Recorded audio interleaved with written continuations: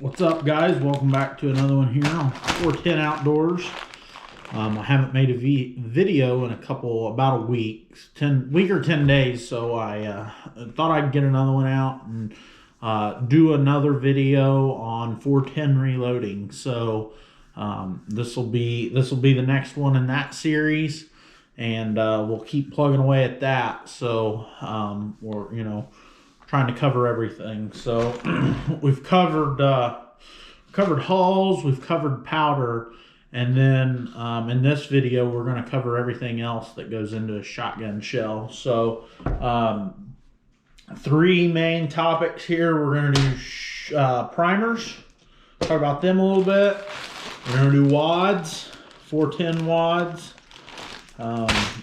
do those, and then last we'll talk about shot. So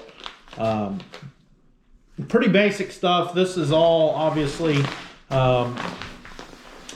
except for the wads, this is all the same for all shotgun shells. So concerning primers are all shotgun shells use the same primer. They use the 209 primer. So obviously these were originally shotgun primers, and now a lot of guys use them for muzzle loaders, that kind of stuff. Buy them by the brick. There's 1,000 in one of these. This one is empty, but you buy 10 trays of 100. So you get 10 of these in a box like this, and they come like that. And then obviously you have your individual primers there. And like I say, these 12, 20, 28, 410, 32 gauge, which I know that's not 16 gauge. I know those aren't as common, but all shotgun shells use the same primers. That's a generalized statement for modern shotgun shells. So what I do, so on big gauges, I have auto primes on all my machines that I load on.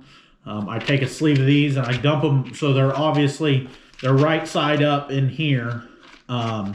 This being the top, I will take them and lay them in my tray, and then slide this out, and then pick the tray up, and you got 100 primers in there. You don't have to handle them.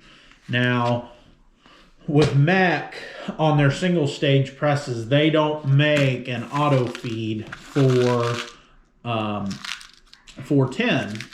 So what I do, this is actually a used primer tray. This is what you're supposed to use to catch the primers. I bought an extra one, and I dump new primers in it and use that to hold them. That way I don't have to fight. If you get to where you're fighting picking them out of these trays all the time, it's a pain. So I get several of them, and I just dump them out. I dump them out into this, a couple hundred at a time, like so. And then you throw this away, and then bam, it's a lot easier to pick them out of here than it is to try and hand pick them out of there. You get, if you don't have fingernails or whatever, they're hard to pick out of there and all that kind of stuff. So it's easier just to throw them in this and get on with it. So that's what I do for 410, since there's no auto prime for the small gauges. So, but 209 primers are 209 primers. So I've used other brands. I've been using these Chedites for a long time. These are made in France, actually. So I've been using these. You can see that's what we're paying in the Midwest for primers. I've used Noble Sports, I've used Winchester, and Chedites are the big ones. The only thing I will say is the Noble Sport ones, you have to watch them, because they are, I don't know how much, but a few thousandths bigger than these Chedites or the Winchesters, and they actually expand the primer pocket in your shell. And that's fine as long as you keep using Noble Sport primers, but you can't go from a Noble Sport primer to a Cheddite or a Winchester. So I try to use the smaller ones. Like I say, it really doesn't matter if you stick with one. Shoot whatever's cheapest. I've shot lots of primers, and I can honestly say I have never had a primer that was bad. So shoot whatever's cheapest and just stick with it. You know, if you shoot the Noble Sports, go. You know, that's fine. So don't sweat primers too much. Next are wads. So I shoot these Red Claybusters. They're the WAA 410 HS. They're made for the Winchester HS hull. That's the new AA hull.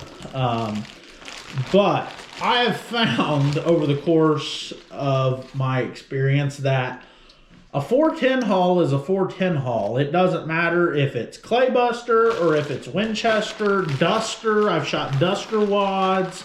I've shot real Winchester wads. I mean, I've tried about all of them, and they're exactly the same. So, I mean, there's not enough difference in them to justify anything. So, I mean, there's nothing there. There's no shot cushion as far as that to change and that kind of stuff. I mean, it's just a wad with a pedal. I've even went as far as picking these up and reusing these before. It's a little bit hard on your hulls when you do that. They want to split at the top, because what happens is when these get shot, the pedals are like that. So when you go to push that down in a hull, it'll go down in there, and you can push it down in there with the reloading press. But with that being flared out like that, it has a tendency to want to split because it's folding that wad back up. So I fold it back. I have done it. I'm not real crazy about it. For 2 cents a piece, you know, by the time you pick up wads and everything else, you know, is it really worth it? So, but that is 2 cents a piece at 25 shells a box. That's 50 cents a box. That's quite a bit of savings, actually. You stop and think about it. I mean, 50 cents a box on 410s that's actually a pretty good percentage. So, you know, I've picked them up and used them in the past. So, but there's what we're paying for wads in the Midwest too. So that's about the going rate on those. And then lastly in this video, like I say, this is going to be a quick one. So, shot. So Eagle shot. This is made in Peru. Obviously this is lead, and this is number 8.5, which isn't just a real common shot size. But I found some, and I know I've bought loaded 410 shells. Remington loads some 410 shells with number 8.5 shot, and I thought, well, I'm just going to try that. So I bought a bag of it, and this was $36 a bag. So that's about what we're paying right now for shot. I've shot not magnum plated, but just different brands of shot. Shot is shot. It's either lead or it's not. I mean, there's some shot that's harder than others and all that stuff. But I mean, for the most part, lead is lead as far as shot goes. I've shot this stuff in other shot sizes. Usually this is number 9s, what I get, number 9s. I've shot that. I've shot homemade shot. I've shot reclaimed shot. I've shot all sizes that are practical. I've loaded, as far as loading goes, I've loaded 6s, 7.5s, 8s. I'm going to load 8.5s, mostly a ton of 9s. And, you know, shot is shot. So, you know, get what's cheapest. You know, if you're shooting in the Olympics or something and you think you need new shot, go for it. But if you can get reclaimed shot wherever you're at, I've had good luck with reclaimed shot. So, you know, if it's cheaper, that's what I'm buying. And the homemade stuff as well. It's not perfect again, but, you know, you're only shooting 20 yards with clay pigeons anyway. So what's the difference? You know, you're either going to hit it and break it or you're not. So, but Shot's pretty, you know, again, this, you dump this in a 12 gauge, 410, anything.